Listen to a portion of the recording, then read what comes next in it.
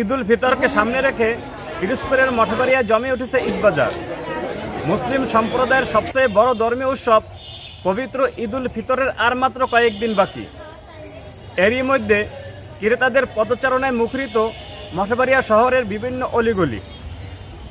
ভোর থেকে গভীর রাত পর্যন্ত চলছে কেনাকাটা। তবে পুরুষের চেয়ে নারী ক্রেতাদের পদচারণা অনেকটাই বেশি। পোশাকের দোকানগুলোতে পুরোদমে শুরু হয়েছে বেচাকেনা। দম ফেলার সুযোগ নেই দোকানিদের। প্রতিটি দোকানে ক্রেতার সমাগমে বিক্রেতাদের মুখে দেখা গেছে খুশির হাসি।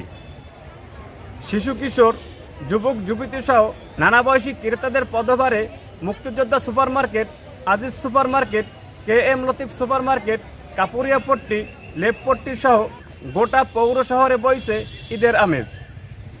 তাছাড়া ফার্মেসি রোডের জুতার দোকানগুলোতেও সকাল থেকে গভীর রাত পর্যন্ত দেখা গেছে ক্রেতাদের উপচে পড়া ভিড়।